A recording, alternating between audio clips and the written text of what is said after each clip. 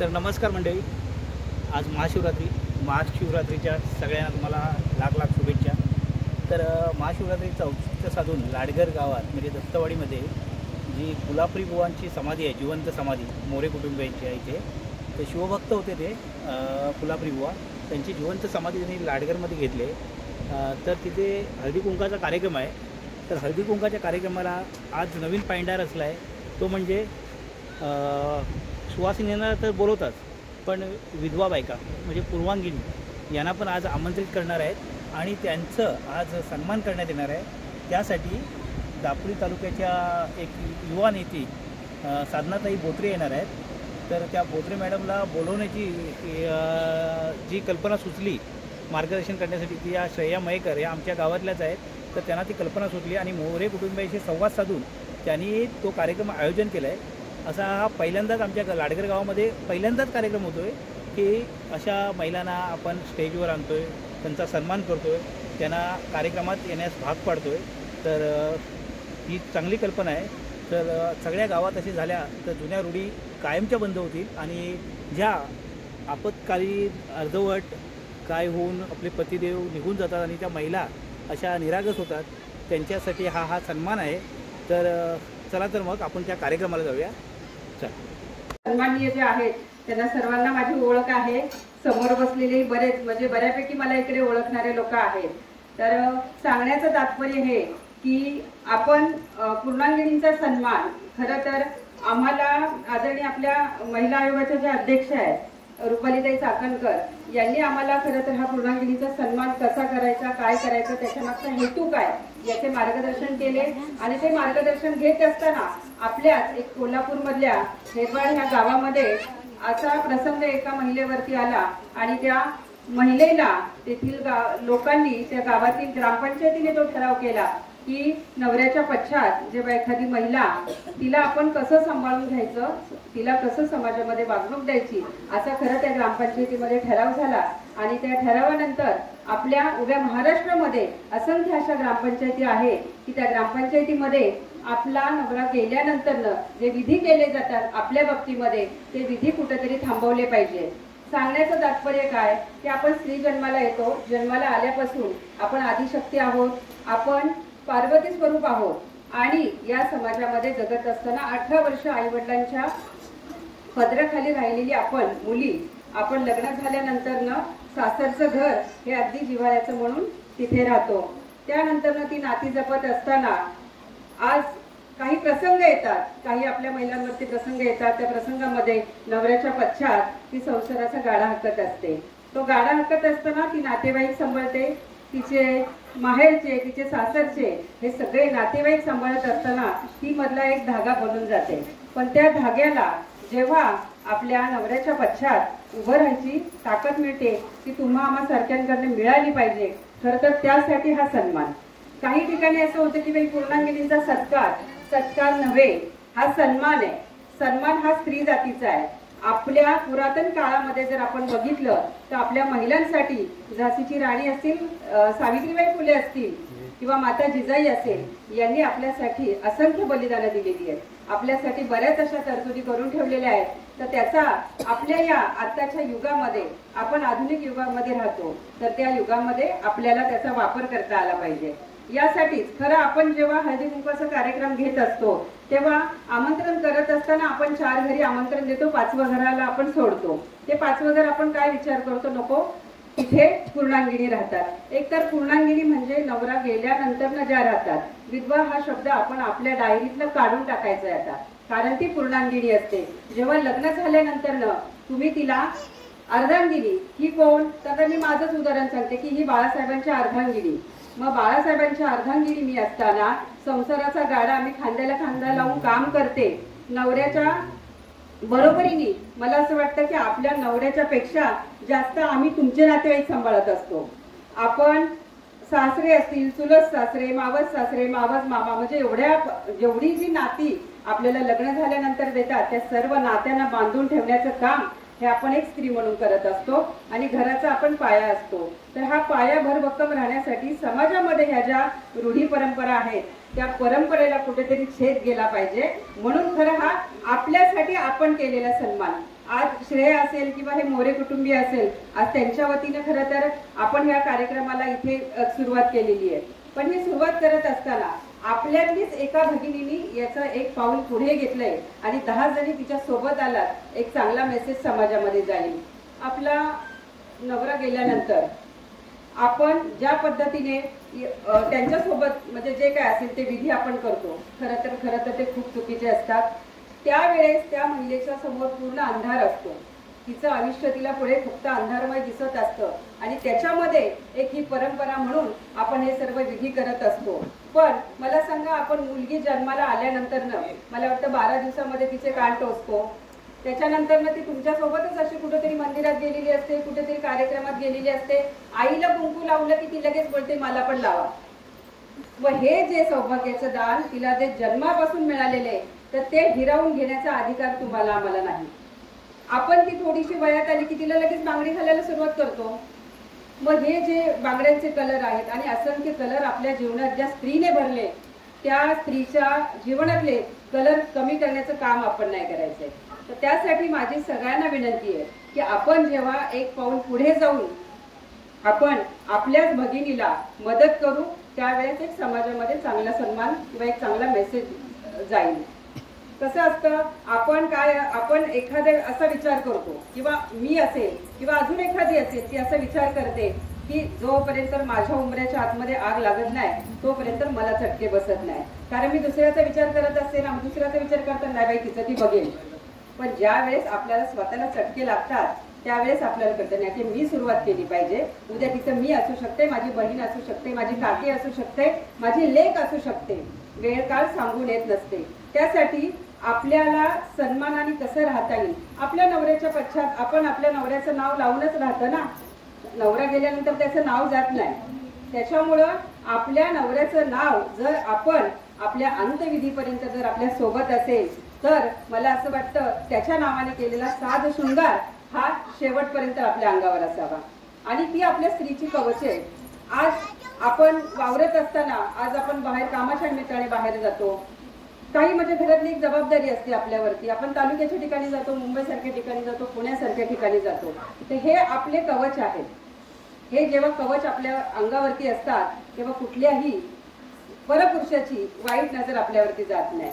तर माझं सांगण्याचं तात्पर्य असं आहे की आपण जेव्हा एक पाऊल पुढे घेऊ तर समाजामध्ये एक वेगळा मेसेज जाईल. आणि पूर्णांगिनी म्हणजे काय की संसाराचा गाडा हाकत असताना तिने घरामध्ये सुखदुःखात सगळ्यामध्ये तुम्हाला सहभाग दिलेला असतो.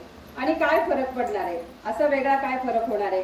नातेवाईक, मला अशी घटना घडल्यानंतर मला असं वाटतं 10 ते 15 दिवस नातेवाईक आपल्या सोबत असतात. 16व्या दिवशी उठून तिचं तिला बघायचं असतं. तिचा मुलगा, तिची मुलगी यांना सगळ्यांना सांभाळायचं असतं. त्यामुळे जर आपण एक स्त्री म्हणून पुढाकार घेऊन जर आपल्याच मैत्रिणीला बळ देण्याचं काम केलं तर मला असं वाटतं समाजामध्ये पूर्णांगिनी हा शब्द म्हणजे विधवा हा शब्द मागे जाऊन पूर्णांगिनी हा शब्द पुढे येईल आणि अशाच प्रतीचं सगळ्यांना तो मानसन्मान मिळेल. कारण हा असा मकर संक्रांतीचा सण आला, गावागावात महिला फिरत असतात. मग कुठंतरी माझी ही एक भगिनी ही घरामध्ये असते, आपण नटून चाललेला असतो आणि मग ती आपल्याकडे बघते आणि तिकडे बघते आणि मग तिच्या मनामध्ये येतं मी काय इकडे जाऊ शकत नाही. पण आपल्याला ही परंपरा बदलायची आहे. आपल्याला पूर्णांगिनीचाही सन्मान करायचा आहे, तिलाही आपल्या कार्यक्रमामध्ये बोलवायचे, तिलाही आपल्या सोबत घेऊन चालायचंय, जेणेकरून समाजामध्ये पुढच्या पिढीमध्ये ही एक परंपरा अशी येईल की बाबा तिथे स्त्रीचा सन्मान केला जाईल. की ज्या स्त्रीने 9 महिने गर्भात ठेवून मला असंख्य कळा देऊन तिने मला जन्माला घातले, तिचा सन्मान मला केला पाहिजे. आणि यासाठी खरं तर हा अट्टहास.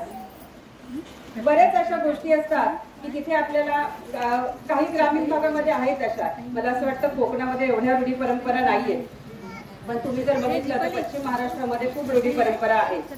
पण त्या रूढी परंपराला आपणच असा जर एक चांगला मेसेज दिला की आम्ही असं वागणार नाही, आम्ही असं करणार नाही, आम्ही जेव्हा असं मनाशी आपल्या ठाणू की बाबा आपल्याला की महिलाचा सन्मान करायचा आहे तर एक पाऊल पुढे जाऊन समाजामध्ये एक चांगल्या पद्धतीचं परिवर्तन आपण करू शकतो. हा कार्यक्रम करत असताना खरं तर श्रेया बोलली ताई आपल्याला असं करायचंय आणि म्हणजे बरं आता मागे मला ह्या सुजाता काकींचं पण तिने सांगितलं की बाबा कोरोना काळामध्ये काका गेल्यानंतर ना ज्या पद्धतीने त्या आज राहत आहेत, खरं तर म्हणजे मला अभिमान वाटतो की आपण कसं राहावं याचं उत्तम उदाहरण असतील तर खरं सुजाता काकी तुमच्याकडे बघून मला असं वाटतं महिलांनी पुढे जावं आणि चांगल्या पद्धतीने आपण स्वतःचा सन्मान करावा. इतर कोणीतरी येईल आणि माझा सन्मान करेल त्यापेक्षा मी स्वतः सन्मानित आहे, कारण मी एक आई आहे, मी एक बहीण आहे, मी एक माता आहे. त्यामुळे प्रत्येकीने आज मनामध्ये असा विचार करायचा आहे की माझ्या घरी हळदी कुंकू असल्यानंतर मी किमान 5 माझ्या पूर्णांगिनी भगिनींना मी बोलवेल आणि तिचा सन्मान करेल. सन्मान आणि सत्कार याच्यामध्ये खूप फरक आहे, कारण आपण सन्मान कोणाचा करतोय, आपला स्वतःचा सन्मान करतोय. आपण जेव्हा आपल्या स्वतःचा सन्मान करत असतो तेव्हा कुठेतरी 4 लोकांचे आशीर्वाद आपल्या पाठीशी असतात. आम्ही खेड, मंडणगड, दापोली मला असं वाटतं गेले 3 वर्षामध्ये जवळजवळ मी 28 ते 29 ठिकाणी हे कार्यक्रम घेतले आणि म्हणजे मला खरं आज लाडघर गावामध्ये एवढं व्याख्यान म्हणून असं मोठं हे दिलं की बाबा साधनाताईंचं व्याख्यान आहे. खरं तर मी तुमच्यातलीच एक आहे. माझी कळकळ एवढीच आहे, माझ्या स्वतःच्या घरातलं मी उदाहरण सांगते. माझ्या आत्याचं लग्न झाल्यानंतर ना 6 महिन्यातच माझे मामा ऍक्सिडेंट मध्ये गेले.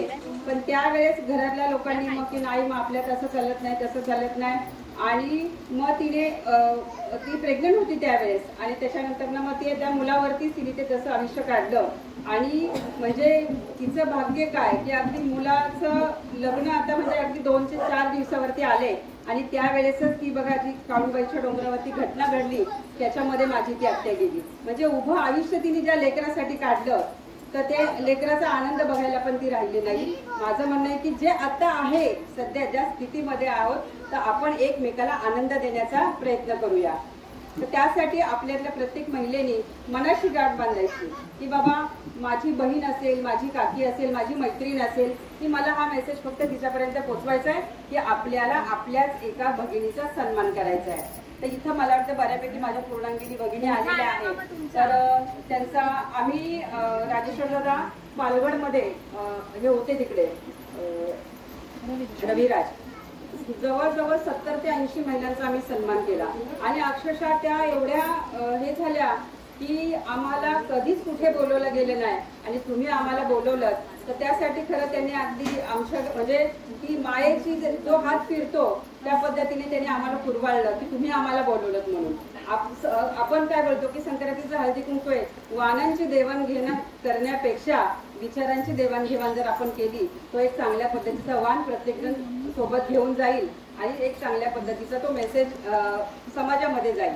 खरं तर श्रेयाचं खूप दिवसापासून चाललेलं की तू एकदा आपण एक छोटीशी काहीतरी बैठक करूया किंवा मीटिंग करूया, पण आज महाशिवरात्रीच्या निमित्ताने हा योग आला आणि मग त्या निमित्ताने खरं तर मी तुमच्या समोर बोलते. मग तुम्हाला माझं हे बोलणं पटतंय का? म्हणजे मी बरोबर सांगते का? चुकत असेल तर सांगा मला. तुम्ही एक तुमच्यातलीच आहे. वयाप्रमाणे ज्यांची मी मुलगी असेल त्यांनी मुलीप्रमाणे बोला, मैत्रिणीप्रमाणे बोला. मला म्हणजे तुम्ही तुमच्यातनं पण खरं तर मार्गदर्शन हवे की बाबा साधनाताई आपल्याला असं करायचंय, किंवा तुम्ही मलाही सांगू शकता की तुम्ही जर अशा पद्धतीने अजून काही वेगळं करू शकलात तर खरंच मलाही ते चांगलं वाटेल. कारण बऱ्याच ठिकाणी मी अजून मला आता इकडनं गेल्यानंतर मला चिपळूणला पण जायचं, चिपळूणला पण कार्यक्रम आहे. बऱ्याच ठिकाणी आम्ही याच्यासाठी कसं असतं हळदी कुंकाला गर्दी असते, घेतला वाण घरी गेलं तर ते वाण घेण्यापेक्षा आम्ही विचारांची देवाणघेवाण आपल्याला कुठपर्यंत पोहोचवता येईल त्याचा जास्तीत जास्त प्रयत्न करतो. तुम्हाला बरोबर वाटते ना मी बोलते ते? मग आपण आपल्यापासून सुरुवात करायची का? बदल करायचा का? आमच्यातलीच एक भगिनी आहे अक्षता साळवी म्हणून, त्यांनी त्या स्वतः पूर्णांगिनी आहेत. त्यांचे मिस्टर हार्ट अटॅकने गेले, बँकेमध्ये कामाला होते. त्यानंतर ना त्या जवळजवळ 10-12 वर्ष कुठेही बाहेर पडल्या नाही. आता त्या योगाचं प्रशिक्षण मला असं वाटतं तुमच्या इकडे पण येत असतील त्या PSCला वगैरे. तर त्यांनी यावर्षी जेव्हा आम्ही हे हळदी कुंकवाचे कार्यक्रम घेतले ते बघितल्यानंतर मला विचारलं की साधना मला असं मी स्वतः पूर्णांगिनी आहे, पण मला माझ्या पूर्णांगिनी भगिनींसाठीच माझ्याकडे हळदी कुंकवाचा कार्यक्रम करायचा. तर मी म्हटलं की तुम्ही बिंदास करा, सगळ्यांना निमंत्रण करा, सौभाग्यवतींना पण करा आणि पूर्णांगिनींना पण करा. म्हटलं तुमच्याकडे 5 महिला आल्या ना तरी तुम्ही जिंकला. तर अक्षरशः त्यांच्याकडे त्या महिला जवळजवळ मला वाटतं काहीतरी 130 का 150 महिला त्यांच्याकडे आल्या आणि मग त्या एवढ्या आनंदित होत्या की आम्ही गेले कित्येक वर्ष बाहेर पडलेलो नाहीये आणि एवढ्या छान त्या नटून वगैरे आल्या होत्या आणि मग त्यांचा जो मान सन्मान, मग आम्ही तिथे सगळ्यांना तो त्यांचा सन्मान केला आणि मग प्रत्येक जण आपलं प्रत्येकीचं सांगत होत्या की बाबा हे असं हे असं. मग काही जणींनी आम्हाला असं सांगितलं की तुम्ही जर असं अजून थोडं पुढं जाऊन जर हे केलं तर आम्हाला अजून चांगलं आम्ही म्हणजे बळकट होऊ त्या ह्याच्यामध्ये. तर बऱ्याच ठिकाणी हे कार्यक्रम घेत असताना आम्हाला काहींनी मार्गदर्शन केलं. अगदी मी तर म्हटलं की समोर बोलता येत नसेल तर लिहून द्या की आम्ही काय केलं पाहिजे की काय बोललं पाहिजे. याच्या मागचा हेतू एवढाच आहे की आपल्याला कुठेही कोणाला कमी लेखायचं नाहीये, आपल्याला फक्त त्या महिलेला सन्मान द्यायचा. कारण नवऱ्याच्या पक्षात ती घराचा गाडा हाकत असते, मुलाबाळांचं शिक्षण असेल किंवा तिचं स्वतःचं असेल. कारण स्त्री ही कधीही स्वतःकडे लक्ष देत नाही. आपल्यातली आपणच बघा, पाय दुखत असतील ना तरी पण नाही मी बरी आहे, पण नवऱ्याला ताप येऊ दे, लेकाला ताप येऊ दे किंवा सुनेला पण अगदी ताप आला नाही बाई तू पहिली गोळी घे, पण आपल्या स्वतःला काही त्रास झाला तरी आपण कधीही पुढे जाऊन की बाबा आपण असं बोलतो की तर काम बाजूला ठेवू दे मी पहिली डॉक्टरकडे जाऊन येतो. कधीच आपण स्वतःची काळजी करत नाही. मग आपण जर स्वतःची काळजी करत नाही तर आपली काळजी कोणीतरी करावी यासाठीच खरं हा तुम्ही इथं बसलेल्या सर्व स्त्रिया सन्माननीय. कारण आपण सकाळपासून आदिशक्तीची रूपं आपल्यामध्ये असतात. सकाळी उठल्यापासून आपण आपली कामं उरकत असतो, म्हणजे दिवसभराचं सगळं हे असतं आणि ते असून सुद्धा त्यातल्या त्यात अजून नातेवाईकांचं काय असेल तर तेही टेन्शन आपल्या डोक्यावर असतं. मैत्रिणींनी काय सांगितलं असेल तर तेही टेन्शन आपल्या डोक्यावर असतं. म्हणजे उभ्या जगाचं टेन्शन वाहणारी आपण आदिशक्ती आहोत, तर ती आदिशक्ती सन्मानित आहे. म्हणून आपल्याला खरं तर समाजातील प्रत्येक स्त्री सन्मान तिचा मिळावा, तिला वाण मिळावा म्हणून आपण हा पूर्णांगिनीचा सन्मान खरं तर या निमित्ताने केलेला आहे. मी श्रेया सांगते, पुढच्या वर्षी तुम्ही जेव्हा हा कार्यक्रम या पद्धतीने घ्याल तुम्हाला ही जागा पुरणार नाही, भरपूर महिला येतील. कारण आपण एक चांगला मेसेज लोकांना देतो. आपण प्रत्येक जी स्त्री आहे जिने संसाराचा गाडा हाकत असताना स्वतःची सुख दुःख बाजूला ठेवून घरामध्ये तिने तिचं आयुष्य लीन केलेलं आहे, अशी प्रत्येक स्त्री सन्मानित आहे. आणि ही वेळ काय कोणावर सांगून येत नाही, कोणी कोणाचं काय म्हणतात त्याला ते मरण घेऊन आलेलं नाहीये. त्यामुळे कोणावर कधी काय वेळ येईल आणि कोरोनासारख्या आजाराने तर आपल्याला शिकवले की कसं जगायचं. त्यामुळे आपल्याला हे सगळं करत असताना जे 4 दिवस असतील, माझ्या बहिणीचे असतील, माझ्या मैत्रिणीचे असतील, ते ती सुखाची कशी जगेल. आपण रोज आपल्या आपल्या घरामध्ये असतो, पण या असल्या वातावरणामध्ये जेव्हा मी तिला सोबत घेऊन जाईल आणि तिला सन्मानित करेल तेव्हा खरं हा समाजातील तिचा सन्मान होईल. यासाठी खरंच आपण सगळ्यांनी एक पाऊल पुढे जाऊन या आपल्या पूर्णांगिनीच्या सन्मानाच्या कार्यक्रमाला आपण पुढाकार घ्यायचा आहे. आणि खरंच श्रेया तुम्ही आम्हाला सगळ्यांना इकडे बोलवलं, आमचा तो मानसन्मान केला त्याबद्दल मी मनापासून धन्यवाद मानते. खरं तर हा पक्षाचा कार्यक्रम नाही, पण आल्यापासून हे मला राष्ट्रवादीचे करतायत. हा काय पक्षाचा कार्यक्रम नाहीये, हे मी फक्त महाशिवरात्रीचा कार्यक्रम आणि स्पेसिफिक पूर्णांगिनीचा सन्मान म्हणून खरं तर इथे ते आपल्याला माझ्या मैत्रिणींपर्यंत किंवा माझ्या माऊलींपर्यंत हा मेसेज पोहोचवता येईल एवढाच या निमित्ताने अट्टहास. कारण एवढ्या निवांत महिला कुठे सापडत नाहीत. एवढ्या निवांत त्या बिचाऱ्या आता बसलेल्या आहेत ना, एवढ्या निवांत आम्ही नसतो.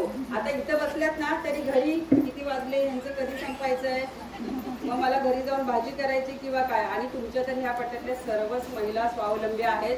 चांगल्या पद्धतीने तुमच्या लाडघरची खासियत आहे की तुमच्या इकडच्या सगळ्या महिलांच्या हातचं जेवण चांगलं असतं. तर माझा नंबर घ्या, मला एकदा बोलवत जा. खरंच छान.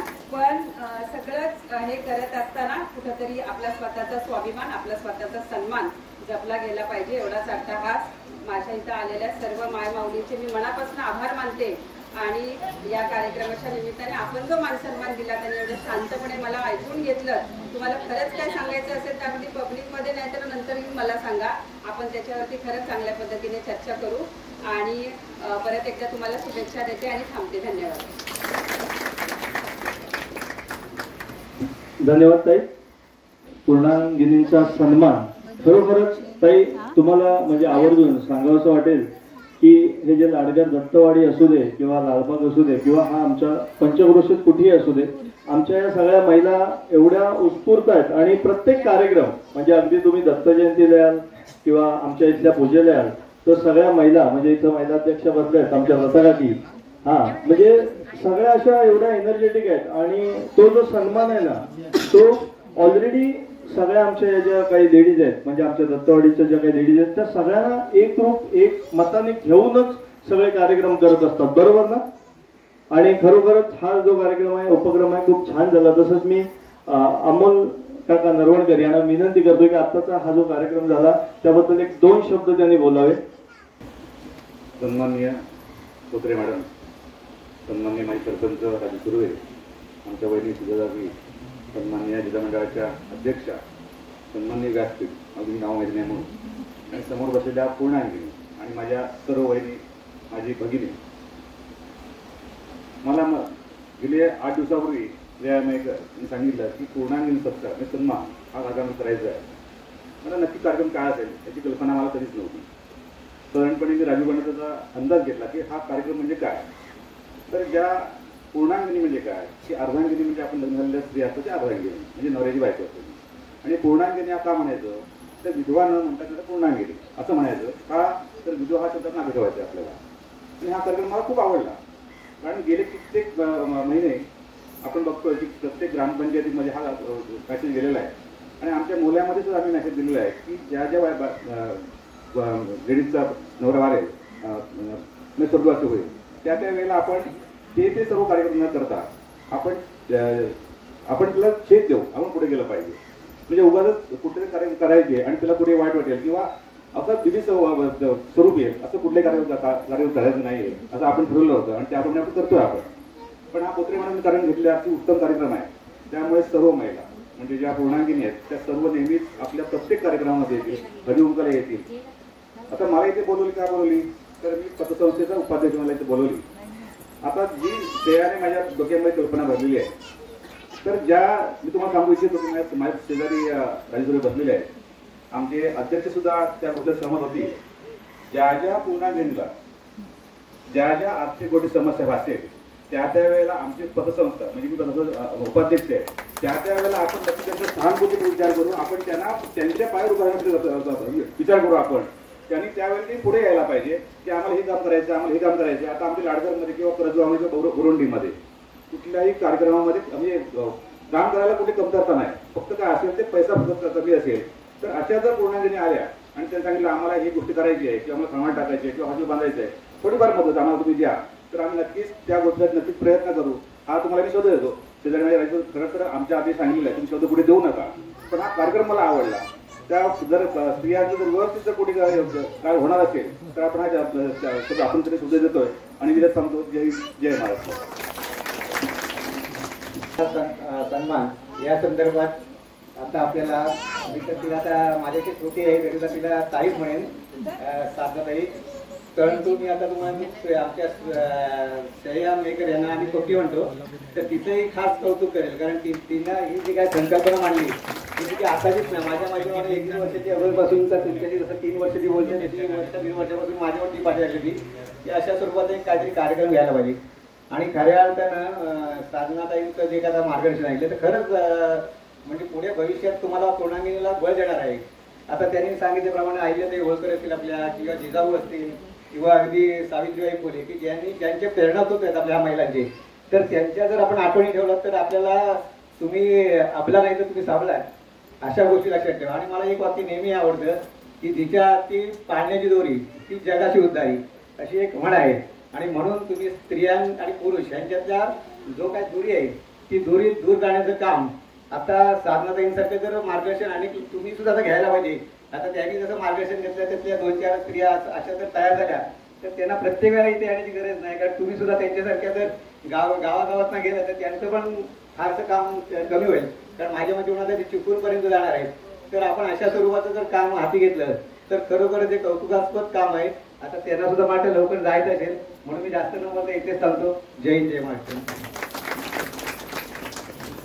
मंडळ यांच्या अध्यक्षा 2 शब्द यांना मी विनंती करेन की त्यांनी 2 शब्द इथे बोलायचे.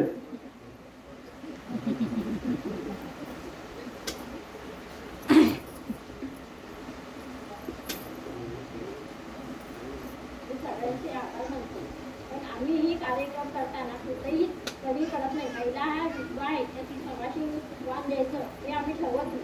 मी आमच्या प्रजाने सगळ्यांचं वाण सन्मान करतो. धन्यवाद. कसं असतं की कोणताही कार्यक्रम असेल तर तिथे खरोखरच महिला, मी जसं मी मगाशी म्हणालो की आमच्या दत्तवाडीच्या महिला येतात आणि अगदी कुठलाही कार्यक्रम असू दे, म्हणजे अगदी डान्सच्या प्रॅक्टिस असू दे किंवा पूजा असू दे किंवा कोणताही समारंभ असू दे, अगदी जेवण वगैरे सगळं अगदी मोल्याचं जेवण वगैरे करून सुद्धा ती तेवढी ताकद, तेवढी स्फूर्ती त्यांच्यामध्ये असते. खरोखरच एकदम जोरदार टाळ्या होत्या आमच्या या सगळ्या महिला भगिनींसाठी. तसेच मी इथे प्रकाशभाई मोरे हे इथे आले आहेत, तर त्यांचं सन्मान करण्यासाठी सुशांत मोरे यांना मी इथं आमंत्रित करतो की त्यांनी त्यांचा सत्कार करायचा आहे.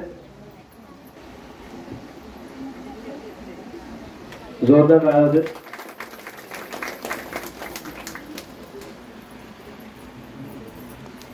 मी अशी विनंती करतोय की त्यांचा सन्मान इथे होणार आहे, तर त्या सर्वांनी इथं स्टेजच्या इथे समोर यायचंय आणि मी साधनाताई बोत्रे तसेच सगळ्या सहकार्यांना अशी विनंती करतोय की त्यांनी सुद्धा इथे समोर येऊन त्यांचा सन्मान करायचा आहे.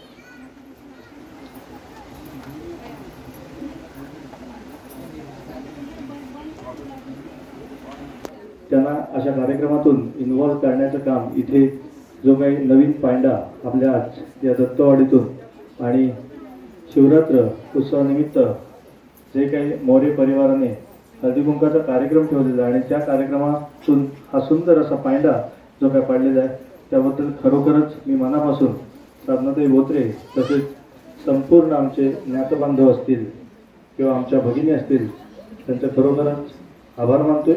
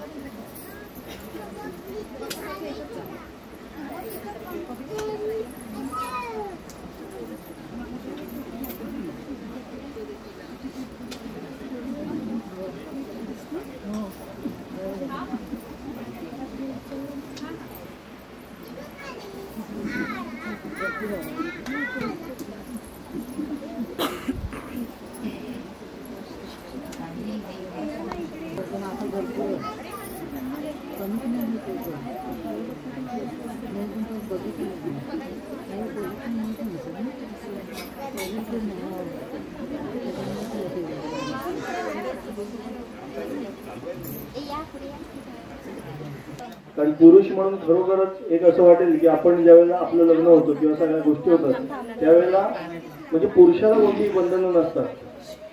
म्हणजे खऱ्या अर्थाने बंधनं येतात ते फक्त एका स्त्रीला येतात.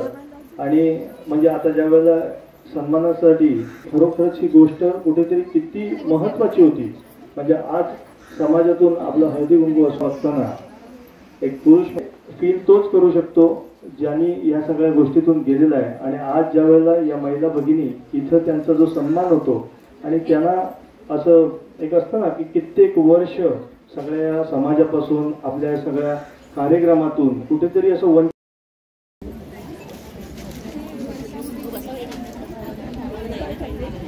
सरबत घेतला तुम्ही?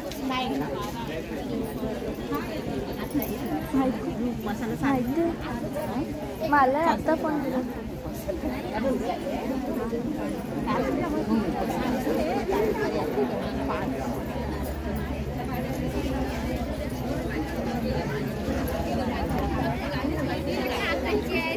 Hello hello. महाशिवरात्री निमित्त आपण जो कार्यक्रम घेतला पूर्णांगिनीचा सन्मान आणि हळदी कुंकू हा कार्य करत राहतो. पण यापुढेही आपण त्यांना अशीच साथ देऊ आणि कायम आपल्या सगळ्या कार्यक्रमातून त्यांना आपल्या बरोबर घेऊन जाऊ.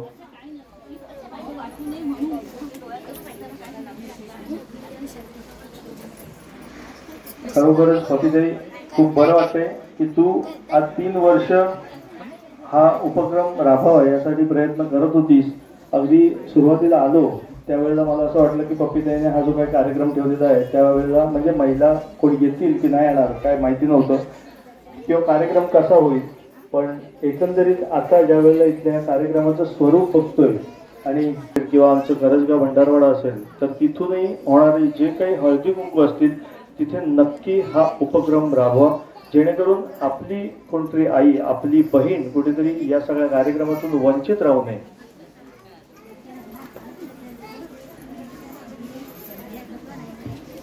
आणि साधने की तुम्ही आमच्या या दत्तवाडीमध्ये आलात आणि हा सुंदर असा उपक्रमाला सुरुवात केली, म्हणजे एक पायंडा आपण जे म्हणतो ते तुम्ही सुरुवात करून दिलीत. आणि खरोखरच सर्वांनाच, म्हणजे अगदी मलाच नाही पण माझ्या वतीने अगदी आमच्या इथं बसलेल्या प्रत्येक बांधवाला सुद्धा, म्हणजे प्रत्येक अगदी राजेश्वरप्पा असू दे किंवा अमोल काका असू दे, आमचे सगळ्यांना असं वाटतं की ही जी काही रूढी परंपरा आहे ती खरोखरच म्हणजे आपल्यानंतर आपल्या बायकोचं काय होणार किंवा आपल्या मिसेसचं काय होणार किंवा तिला सगळ्या याच्यातून वंचित केलं जाईल का, हा जो एक कुठेतरी मनात धास्ती असते किंवा भीती असते किंवा असं वाटतं ना की आपल्यानंतर कुठेतरी हे सगळे सण असतील यातून आपल्या बायकोला कुठेतरी मागे टाकलं जाईल. तुम्ही घेणार तुम्ही पण